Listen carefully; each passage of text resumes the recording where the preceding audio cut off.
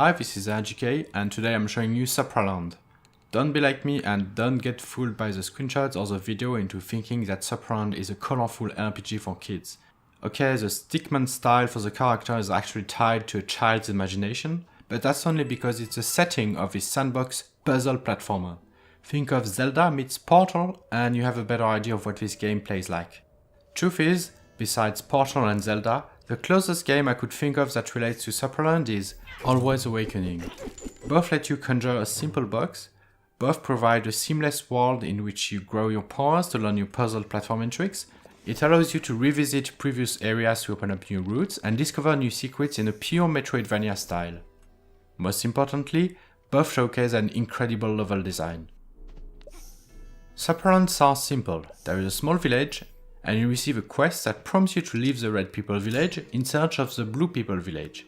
And yet the village is already so full of secrets and things to interact with that I was keen on exploring every nook and cranny of this impressive playground rather than setting a foot outside. There are even weird contraptions that can change the color of items or sponges that suck up any liquid and can then be squished in a machine to expunge their content.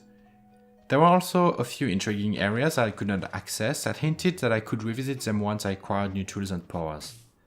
Once I was satisfied, I set forth with my sword and went on to explore the rest of the world. The next area required me to learn new tricks, from a triple jump to conjuring a cube for platforming and solving puzzles by dropping the magic box on switches, sometimes triggering catapults, jump pads and other fun activities based on the physics engine. Every time that I experimented and managed to leave the main path, I stumbled upon treasure chests that rewarded my boldness and wits. This game is an explorer's dream, as there are secrets galore. From hidden entrances in the walls to using the tools provided in a creative way, there is always something to reward the player. The world itself is a kid's sandbox, with the kid looming over his creation in the distance. What's more striking is that everything that you see can be reached without a single loading screen. Do you see a gigantic crystal over the mountain? That might be the destination of your next quest. Do you see a tap above your head, far from your reach, and you think that it's just background? Later on, you might find items that let you climb that high. All these huge thingies in the distance also serve as location landmarks to help you find your way. While as a whole this might be considered an open world, in practice you explore a succession of closed-off areas and work on opening the door to the next location. While the level design is a marvel, two things bothered me occasionally. Some areas are big without being tightly packed with things to do. I would have preferred to work less. Sometimes I was trying to find my way back to the starting village without realizing that the path had been blocked off, and I eventually became lost while trying to remember how I got there in the first place and whether I missed a path. At least a map would have been most welcome, even if it were crude and without any details. But don't let this stop you. This was rare and tiny in comparison to how good the design of the world was. Each playground is rife with puzzles and they are amazing. I would say that they are in the vein of Portal 2, letting you experiment with a bunch of possibilities until you figure out a solution organically.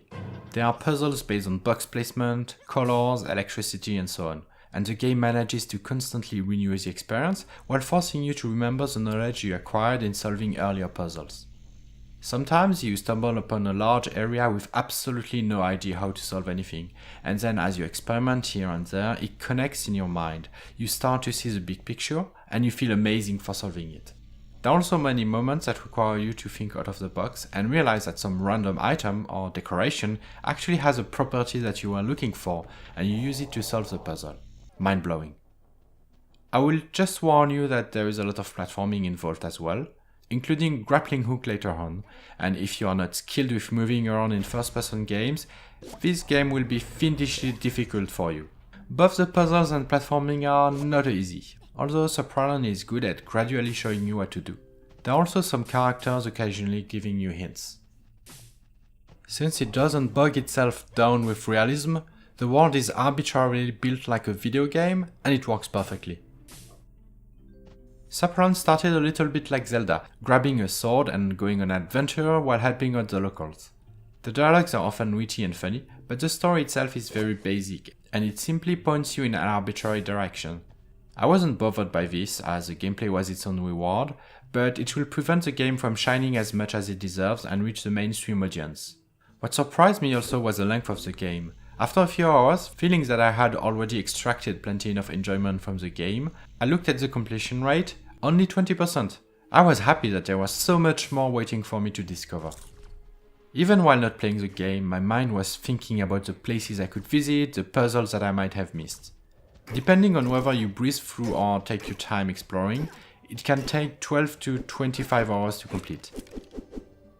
That little wooden sword that you obtain during your first steps in the game gradually becomes more powerful as you find all these power-ups in chests, but fighting is not the game's strength.